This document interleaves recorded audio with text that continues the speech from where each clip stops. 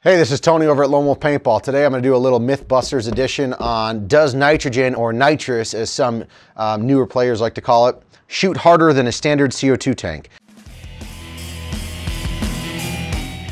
So this is your standard CO2 tank right here, and this is your nitrous or nitrogen tank with the super sweet gauge on there. Here in a few moments we're going to go outside and we're going to compare the CO2 versus nitrogen over a chrono. Does the nitrogen bottle give you any more velocity compared to your standard CO2 bottle, which is a common myth or fact we're about to find out. We're going to use the same rental gun with this CO2 tank and with this nitrogen tank set at the same velocity, same paint, in a controlled environment. There's going to be no outside factors that are going to make the CO2 miraculously better or the nitrogen miraculously better. So it's going to be a completely controlled experiment here. We're going to go outside and find out. Hey, this is Tony. I'm outside of Lone Wolf. This is our indoor here in Clinton Township. I'm going to continue to do the test of the CO2 versus the nitrogen. Is the nitrogen going to shoot harder? Is the CO2 going to shoot harder? Or are they both going to be the same? Right now I'm going to screw on the standard 20-ounce full CO2 tank onto the back of the gun. Couple test shots just to make sure everything works.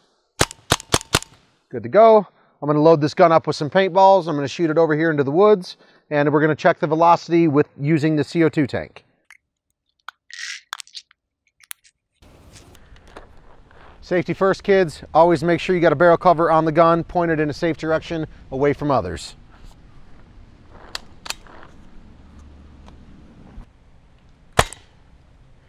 .251, 250, 254, 255.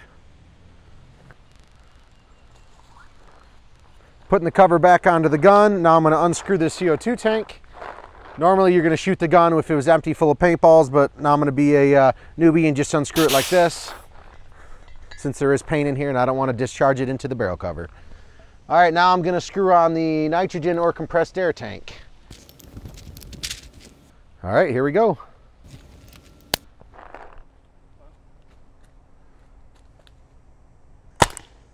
.244, 231, 238, 224, 238. This just goes to prove that the CO2 technically even shot a little bit harder, maybe because the output, the consistency wasn't all there, but the nitrogen definitely does not shoot harder than a CO2 tank per a common myth that a lot of people think. The compressed air nitrogen tank on here isn't going to add any extra velocity. It's not going to hurt you anymore. So myth busted. All right, now that the results are in, the nitrogen did not shoot any harder or any faster than the CO2 did. Just because this tank has a fancy gauge on there does not mean it's going to produce a higher velocity for your paintball marker, which is the common myth. The reason that you would want to purchase a nitrogen tank or compressed air tank compared to a CO2 tank is the fact of this is just strictly air. It does not shoot a cold liquid up into your gun, which damages the O-rings over time and can also freeze up the gun if you're shooting it too fastly. Once again, only strictly air goes into here. Filling a CO2 tank, you're actually putting liquid CO2 into the bottom of here, which could cause damage to your gun. So I always recommend, if you can afford it, to purchase a compressed air or nitrogen tank. $59.95, $24.95, and they both come full first time for free. If you like this video, obviously give us a like, subscribe to the channel if you haven't already, and thank you for watching.